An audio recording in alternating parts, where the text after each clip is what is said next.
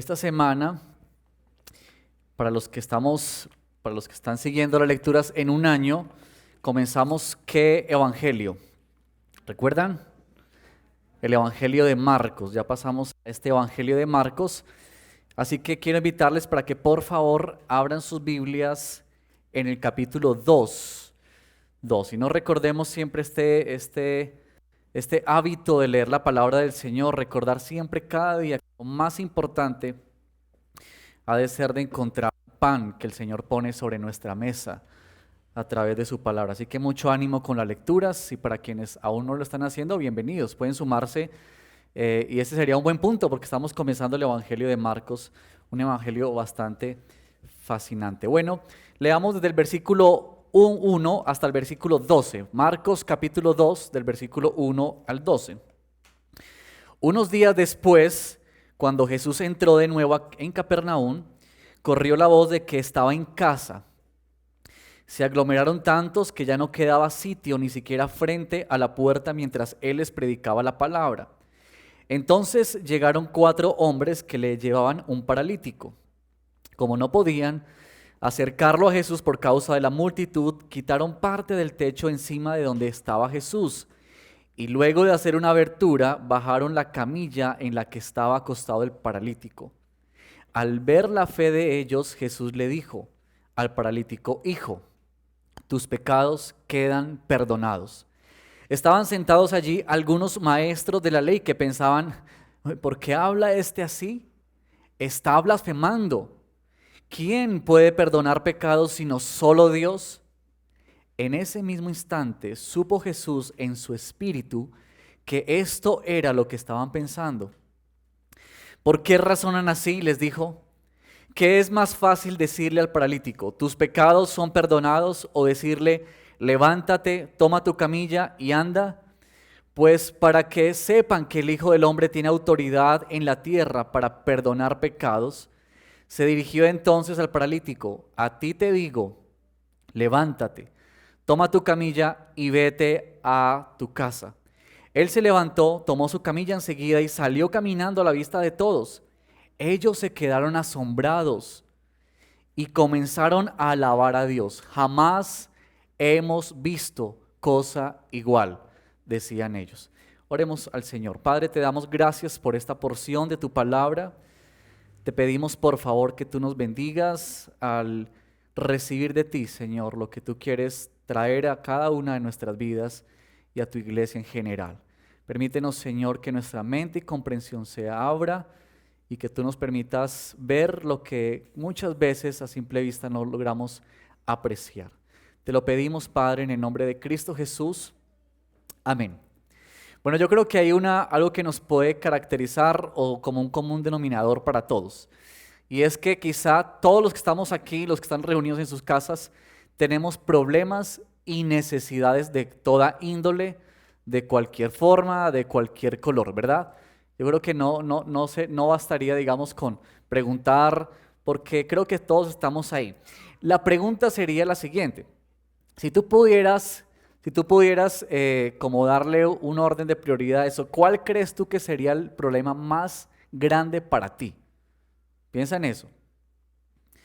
Hace unos años el Señor nos permitió tener la primera vez que compramos un carrito con mi esposa, y a los 2 meses de tener ese carrito, un carro ya usado, yo comencé a experimentar en la conducción que ese carro tenía, pues que le faltaba fuerza para andar. Y yo no sabía nada de mecánica en ese entonces, tampoco sé mucho ahora, pero yo pensé, bueno, esto debe ser algún cablecito, algo que le debe pasar a este carro. Entonces yo lo llevé donde el mecánico y después de que él le hizo un chequeo, una evaluación, me dice el mecánico: mira, este carro necesita reparársele el motor. Y bueno, para los que no saben qué significa eso, pues básicamente era que el carro estaba, ¿cierto? Estaba tostado ese carro. El motor pues era el corazón del carro y no funcionaba, había que hacerle un arreglo muy serio. El problema era más serio de lo que yo pensaba y esa fue una gran sorpresa para mí en ese entonces. Yo creo que muchos de nosotros pensamos que nuestro problema más grande es este o aquello, quizá nuestra economía, quizá nuestra salud, quizá una relación, quizá un virus, como últimamente, quizá una vacuna, porque para muchos ya la vacuna también es un problema, pero quizá no nos hemos percatado o se nos ha olvidado que el verdadero problema es un problema que está arraigado en nuestro corazón. Y por eso el título de esta predicación es Sígueme tú para tratar tu mayor problema. Sígueme tú para tratar tu mayor problema. Y quiero mostrar tres cosas que Jesús identifica para nosotros en este texto. Tres cosas muy importantes que Jesús saca a la vista, que nos pone de frente y que son muy necesarios, útiles para nuestra vida como discípulos. Lo primero es que Jesús identifica nuestro mayor problema. Jesús identifica en esta historia nuestro mayor problema. Mira, aquí hay una escena muy interesante. Aquí está Jesús en una casa, dice el evangelista Marcos, que está en una casa y que hay una multitud de gente que está escuchando la predicación de Jesús. Es tanta la multitud que hay que no había chance ni de entrar ni de salir en ese momento. Es decir, imagínense en una casa, ¿cierto? Llena de personas y Jesús en la mitad predicando el evangelio. Pero en ese escenario hay una interrupción inusual, algo que nadie se esperaba. La situación de un paralítico que aparece en medio de la escena. Ahora, déjeme pensar por un momento en la situación de un paralítico, una persona que no podía moverse, no podía valerse por sí mismo, que dependía de otros.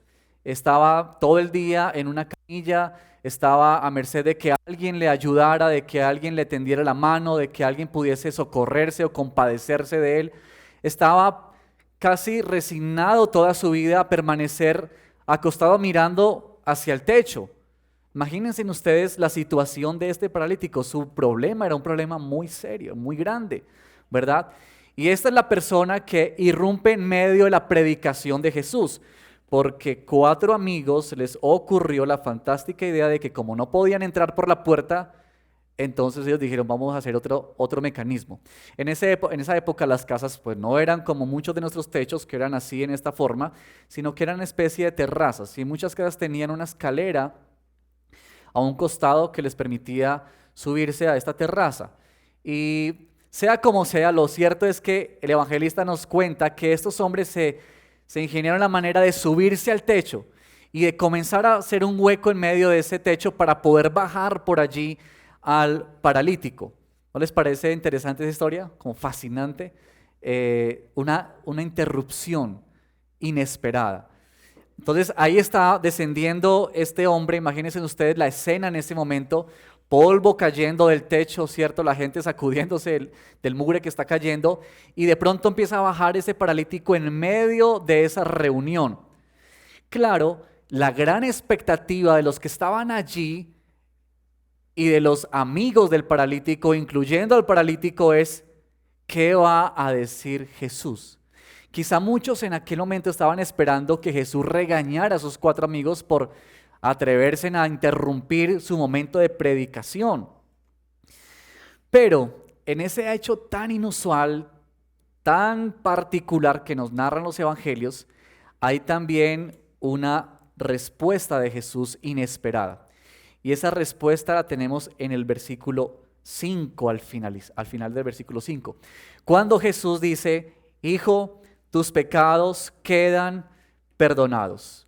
Tus pecados quedan perdonados. Mi pensar y la sensación que yo tenía al leer este texto es que por lo que Marcos nos cuenta y por lo que la gente vivía en ese momento, pues la fama de Jesús de que sanaba personas era grande. De hecho, el capítulo 1 es suficiente para Marcos para poner a Jesús en un lugar de fama. Y la fama de Jesús había corrido por todas aquellas ciudades, especialmente por los milagros que Jesús hacía. Así que aquí está esta multitud esperando que Jesús haga algo, pero se encuentran con una frase inesperada. Hijo, tus pecados quedan perdonados. Uno no alcanza a imaginar qué pensarían los 4 amigos, ¿cierto? No sabemos exactamente, pero está el factor sorpresa o el factor inesperado, que no se esperaba eso. ¿Por qué Jesús dijo esta frase? Si Jesús siempre que tenía a una persona enferma lo que hacía era sanarlo, y hay abundancia material en los evangelios para mostrarnos lo que Jesús hacía con los enfermos, sanarlos. Pero ¿por qué Jesús dice estas palabras? Pues bien, hay algo muy interesante en ese texto, y es que Jesús muestra cuál es la necesidad y el problema más grande de este hombre. Y de paso nos deja saber a cada uno de nosotros cuál es el problema mayor de la humanidad. Jesús pudo ver una necesidad más grande. Mientras todos ahí en ese lugar esperaban que Jesús hiciera un milagro, Jesús les identificó a ellos que había un problema más urgente en la vida. Y es el pecado, es la condición de nuestro corazón. De hecho, Jesús nunca vio el pecado como algo ligero o como algo liviano. Muchas veces nosotros equivocadamente tendemos a trivializar el pecado, tendemos a ponerlo de una manera muy superficial, casi que lo hacemos como algo ligero. Y noten ustedes, por ejemplo, que usamos para el pecado palabras como estas. Eso fue un desliz. ¿Han escuchado eso? Eso fue un desliz. O ese es un pequeño error. O eso es tan solo una equivocación, ¿verdad? Como queremos de alguna manera minimizar la gravedad del pecado y queremos decir, eso es como algo pasajero, como que no tiene gran importancia o no tiene gran efecto. O quizá nosotros catalogamos el pecado como esos grandes actos que terminan siendo escandalosos, como el adulterio, la fornicación, el robo, todo ese tipo de cosas que escandalizan, ¿verdad? Y que nos hacen poner como que ese es el pecado. Pero Jesús identifica en este texto que nuestro pecado está arraigado en nuestro corazón. Ya voy a decirles por qué. Y me gusta mucho esta frase que quizá ustedes han escuchado, que es esta: nosotros no somos pecadores porque pecamos. A ti no te hace pecador el hecho de que pecas. Tú y yo pecamos porque somos pecadores, es decir, de lo que hay en nuestro corazón, ¿cierto? Eso es lo que sale, eso es lo que brota de nuestra vida. Piensen en lo siguiente: el paralítico lo más seguro es que no había cometido pecados escandalosos como adulterio, fornicación, robo, porque su misma condición se lo impedía. Pero es a esta persona a la que Jesús le dice, tus pecados te son perdonados. Y eso va contra esta idea, ¿cierto?, de que a veces nos creemos bueno porque no hacemos tales cosas, o porque no hacemos lo que el vecino hace, o porque no hacemos lo que tal y cual persona hace. Pero Jesús dice que nuestra condición de pecado está en nuestro corazón y que todos nosotros luchamos con esa condición. Ahora, ¿saben por qué el problema del pecado es el gran problema y el mayor problema de la humanidad y el mayor problema de nosotros? Porque el pecado nos separa de Dios y nos pone directamente bajo la ira de Dios. El pecado marca nuestro presente y marca nuestro futuro, porque un día tú y yo nos presentaremos delante de la presencia del Señor y ante Él tendremos que rendir cuentas de lo que ha sido nuestra vida. La realidad del pecado, al fin de cuentas, nos ahoga, nos deja en la oscuridad, nos nubla el pensamiento y sobre todo, ¿saben qué, hermanos? Nos engaña. Y nos engaña muchas veces porque el pecado te hace ver o nos hace ver que ese camino que nos propone es un camino bello y hermoso, pero nos oculta que su destino final es la muerte. Y sobre todo el pecado es serio porque Dios lo ha tratado así desde su origen.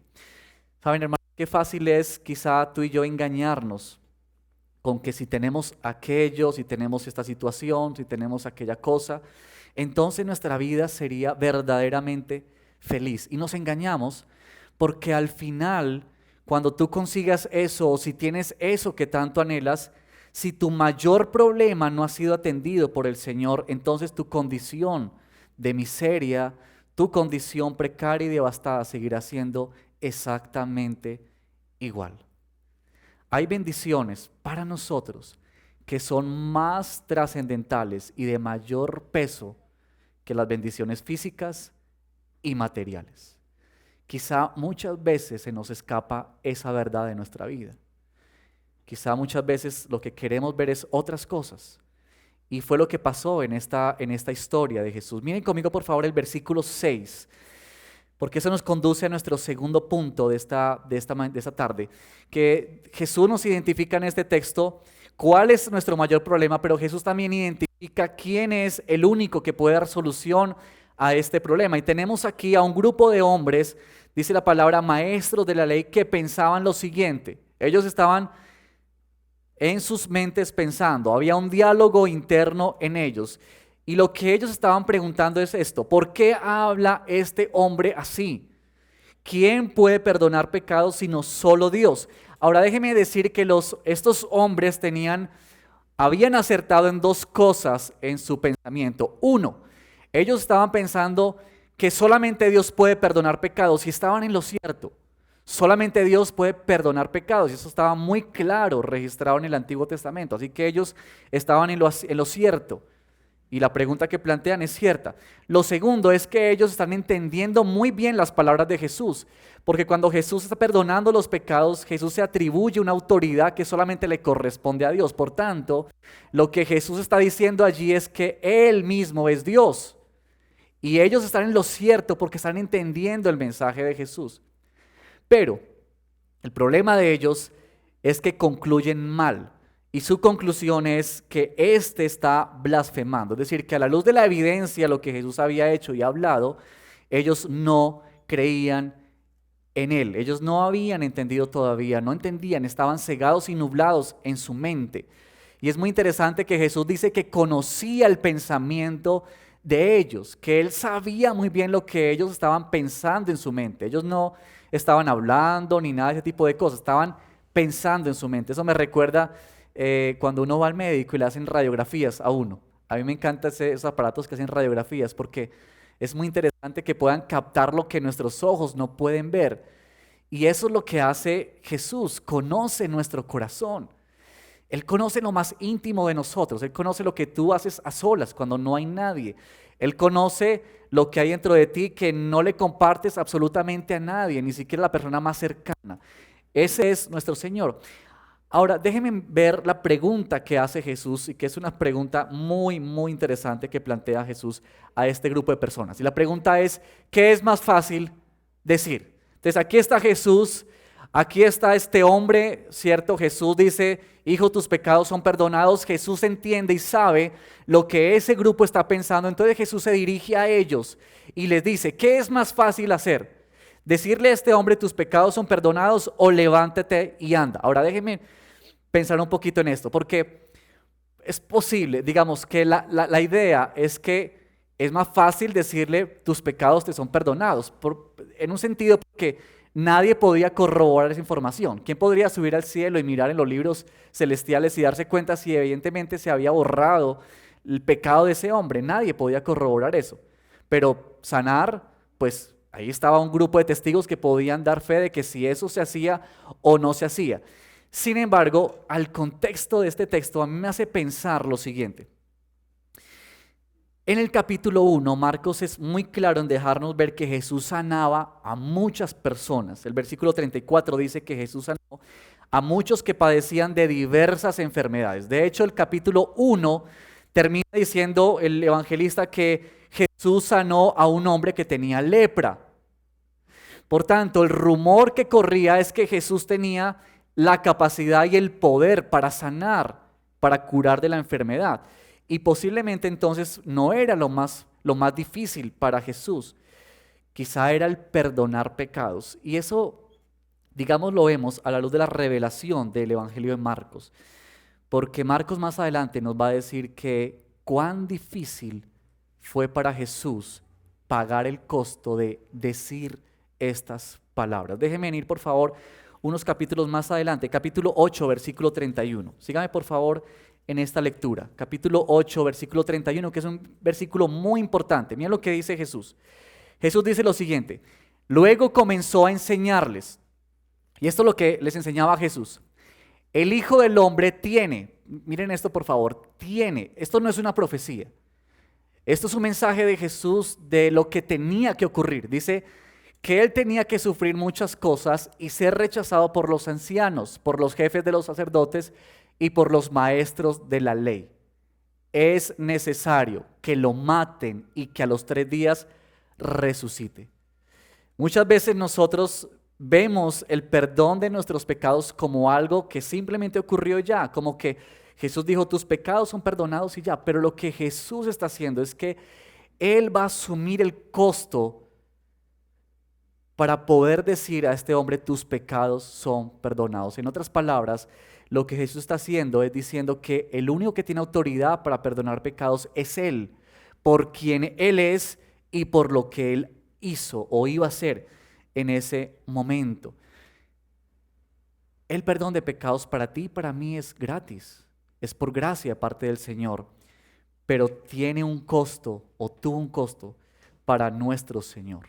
Así que la autoridad de Dios es ratificada, la autoridad de Jesús es ratificada en este acto, porque evidentemente Jesús luego sana a este hombre, pero deja ver que es Él quien tiene la autoridad. Déjeme ilustrarlo de la siguiente manera. Supongamos que ustedes tienen una cuenta, una deuda en un banco. A nosotros nos gusta hacer muchas ilustraciones de bancos, ¿cierto? Pero ustedes tienen una cuenta, una deuda en un banco. Entonces yo vengo donde usted y le digo, hermanito o hermanita, le tengo una buena noticia. Usted ya no tiene que pagar esa deuda en el banco. ¿Ustedes cómo se ponen? Felices, ¿cierto? Alegres. Pero ustedes quieren saber cuál es la razón. Entonces ustedes me dicen, ¿y por qué ya no tengo que pagar? Entonces yo le digo, no, porque yo les perdono esa deuda. ¿Ustedes qué piensan de eso? ¿Habría alegría en ustedes? Yo creo que es un sentido ridículo, ¿verdad? Y tonto. Pero déjenme cambiar la escena. Ustedes tienen una misma deuda con ese mismo banco. Y en esta oportunidad no soy yo quien los llama, sino es el gerente o el dueño de ese banco. Y los sienta en la oficina. Y él le dice a usted que en ese momento usted ya no le debe nada al banco, que él va a borrar esa deuda por usted. Les pregunto, ¿cambia el panorama? ¿Saben por qué? Es la misma noticia, pero ¿sabe por qué cambia? Por quien lo dice. Por quien lo dice. ¿A quién acudes tú cuando tienes una dolencia en tu cuerpo? ¿A dónde vas tú? Al médico, ¿cierto? O si tú tienes un computador en tu casa, un equipo y se daña, ¿a quién acudes tú? A un técnico, ¿cierto? Que sepa sobre eso. O cuando tienes un problema en tu trabajo, ¿a quién te diriges? Al jefe. ¿Por qué? Porque acudimos a quien tiene autoridad en esa área. Y eso es precisamente lo que este texto quiere mostrarnos. ¿Quién es el que tiene autoridad en esta área y en todas las áreas de nuestra vida? Si tú y yo hemos reconocido la autoridad de Jesús, tú y yo nos sometemos a su autoridad. En ese escenario habían 2 públicos, uno que decía se ha enloquecido, ¿verdad? Y otros que reconocieron la autoridad de Jesús y se sometieron a esa autoridad.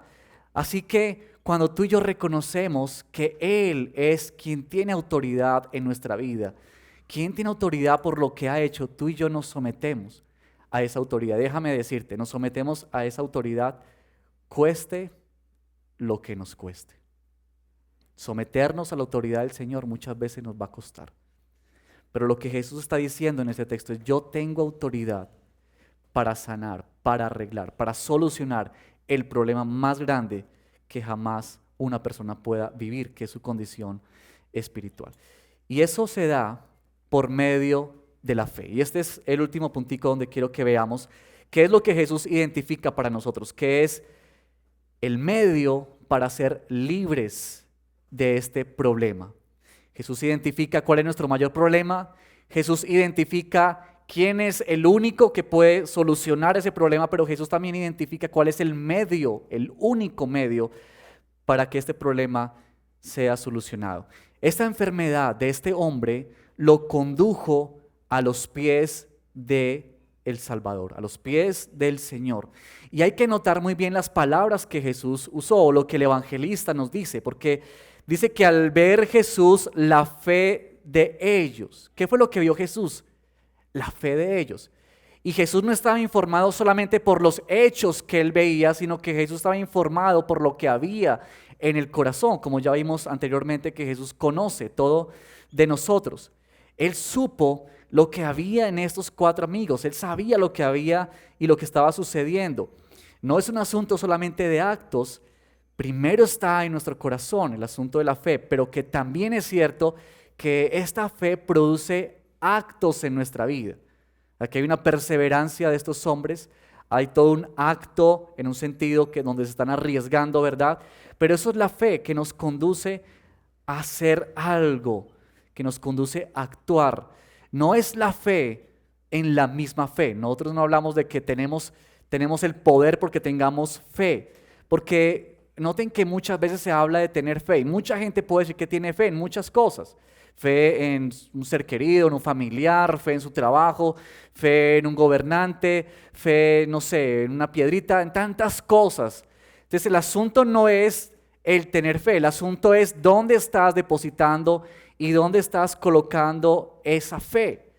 ¿Es la fe la que te está impulsando a la persona de Cristo Jesús? No es la gran fe como muchas veces se alaba, ¿cierto? ¿Qué hombre con tanta fe? ¿O quién tiene más fe para hacer mover el brazo del Señor? No es eso. Es dónde estás colocando tu fe. Si tu fe está siendo puesta en la persona apropiada. Saben que los reformadores hablaron de 3 elementos que son necesarios en la fe que limpia pecados a través de Cristo Jesús. Lo digo rápidamente. Uno es que la fe nuestra tiene un contenido o un conocimiento. Es decir, que la fe cristiana o la fe en el Señor no es una fe irracional, no es como salta al vacío, ¿cierto? Como que simplemente cree en esto y no importa, como que muchas veces nos decían otros, simplemente repite esta frase o esta oración y no importa si no entiendes nada, pero dilo porque eso es lo importante, bótate al vacío. Y el Evangelio dice, eso no es así. La fe tiene un conocimiento, la fe tiene un contenido, que es la persona de Cristo, tiene un suelo, que es lo que es Él, su señorío, lo que Él ha hecho. Así que la fe no es irracional, no es ilógica. Pero también la fe que nos trae a salvación es la fe que cree ese contenido. Es decir, un ateo bien podría entender las razones del Evangelio, pero no por eso llegar a creer. Por eso la fe necesita ser entendida o necesita ser confirmada, como que tú estás de acuerdo con eso, lo has creído. Recuerden, por ejemplo, que Santiago dice que los demonios creen y tiemblan, pero ellos no son hijos de Dios, ni son salvos. Ahora es muy interesante que en los evangelios, ¿saben quiénes fueron los que más identificaron a Jesús? Los demonios. Ellos eran los que más hablaban y decían, este es, ¿verdad?, el Hijo de Dios. Tú eres el Santo, decían los demonios muchas veces. Muy interesante eso. Pero no porque decían eso, eran hijos de Dios. No porque decían eso, eran salvos. Y eso nos hace pensar mucho en nuestra fe, queridos hermanos. Si nuestra fe nos está conduciendo verdaderamente a Cristo, no a una iglesia, no a una práctica, sino verdaderamente la persona de Cristo Jesús, porque el último elemento que se habla de la fe es esa fe que nos conduce a la confianza. Es aquella fe que nos hace acudir a la persona de Cristo, que tú has entendido ese conocimiento, que tú has creído en esa verdad, pero que ahora tú te abandonas en esa verdad y que tú puedes venir al Señor a depositarte en sus manos. Puedes venir en arrepentimiento delante de Él. Es como cuando tú ves esas aeronaves tan grandes, ¿no? Esos aviones que pueden volar y tú sabes que ellos pueden llevarte de un lugar a otro.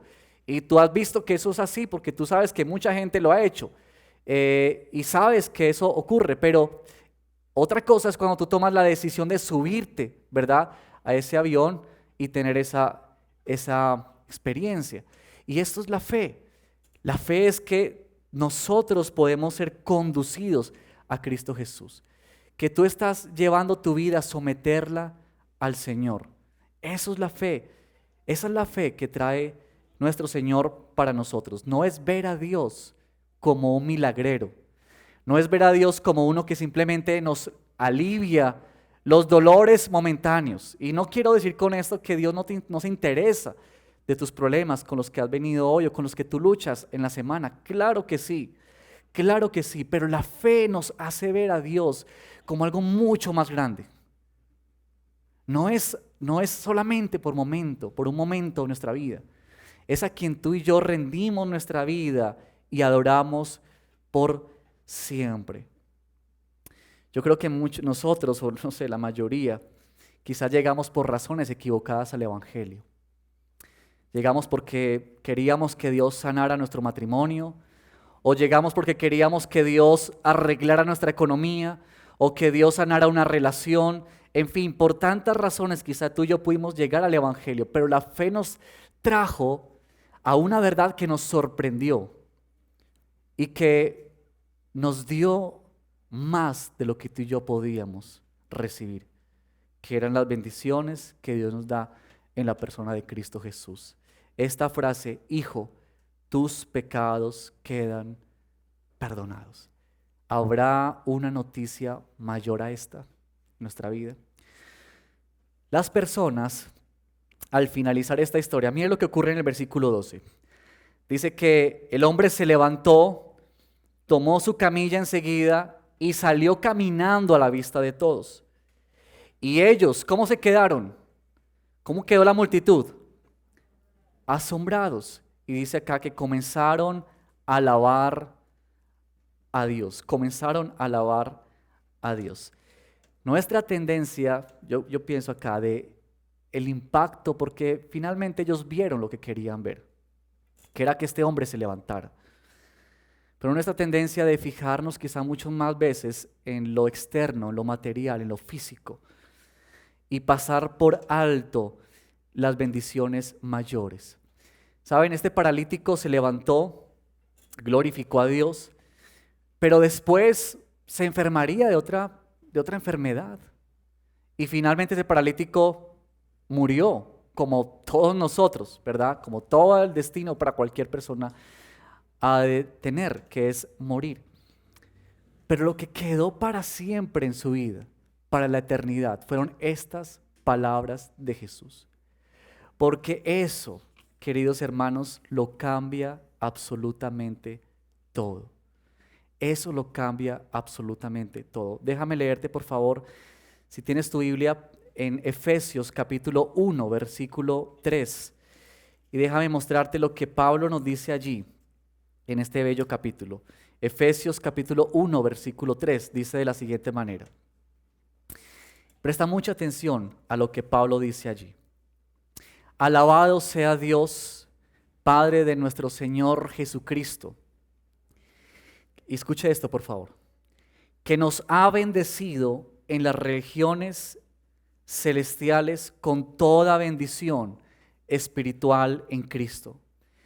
Dios te escogió en Él antes de la creación del mundo para que seas santo y sin mancha delante de Él. En amor te predestinó para ser adoptado como hijo suyo por medio de Jesucristo, según el buen propósito de su voluntad, para alabanza de su gloriosa gracia que nos concedió en su amado.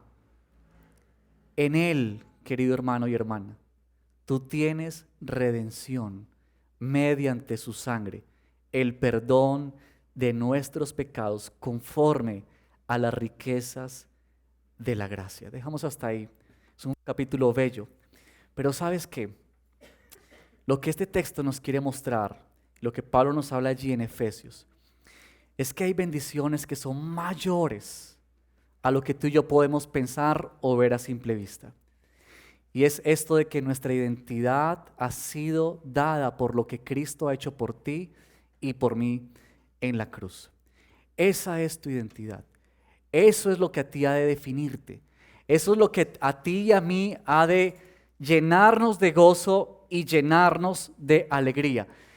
En el Evangelio de Mateo, que es la otra historia paralela a este texto, Mateo usa una palabra adicional allí. Y él añade esta palabra.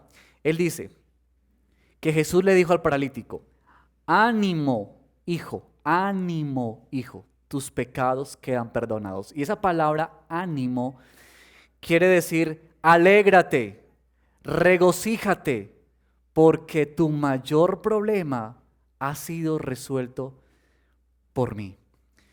Así que déjame terminar de esta manera pensando en cómo podemos aplicar esta palabra a nosotros hoy. Si tú eres una persona que por primera vez escucha el Evangelio o se está acercando por primera vez, quiero decirte que tu mayor problema no es el que tú crees. Tu mayor problema es el estar separado de la presencia de Dios, tu pecado. Y que solamente Cristo Jesús puede solucionarlo cuando tú acudes a Él en arrepentimiento y en fe. Y para aquellos que ya somos creyentes, yo quiero animarte a lo siguiente. Por un lado, si Dios, si Jesús está dejándonos ver cuál es el mayor problema, es porque Él considera el pecado como lo más serio, como el problema más grande para la humanidad, para ti y para mí. Así que este nos debería llevar a nosotros a pensar qué cosas o prácticas en nuestra vida, y ten cuidado ahí con eso, no estamos hablando solamente de aquellas cosas que son escandalosas, sino piensa en cosas en tu corazón que quizá tú has aligerado en tu vida, que quizá tú has dicho esto es un error, esto es una pequeña equivocación, esto es un desliz, esto no es tan importante, esto después se soluciona. Yo te animo a que tú puedas llamar pecado a lo que Dios llama pecado y lo trates con la seriedad que Dios trata el pecado.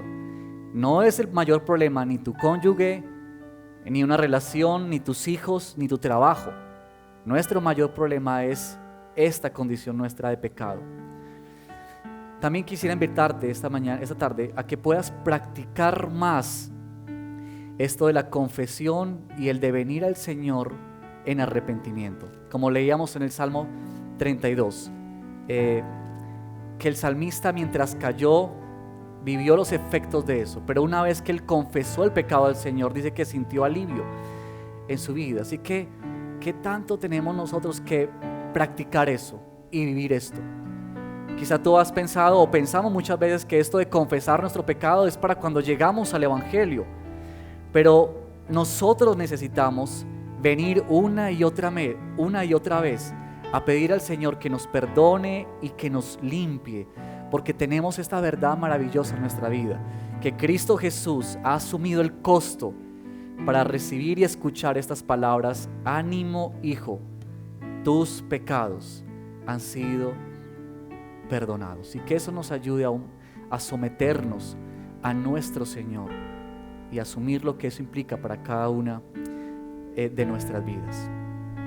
Yo voy a dejarte esta pregunta, que es una pregunta para el atrio. Nosotros se me alcanzó a pasar, pero esta pregunta para quienes están en casa y ustedes ahora que salimos y posiblemente cuando vayas a tu casa, piensa en esto. ¿Puedes recordar un momento puntual en tu vida, un momento puntual en donde el saberte redimido por parte del Señor ha cambiado un momento difícil por un momento de gozo? ¿Puedes recordar eso en tu vida? Piensa en eso, y si hay chance de hablar con hermanos sobre ese momento puntual, sería muy bonito poder compartir esas experiencias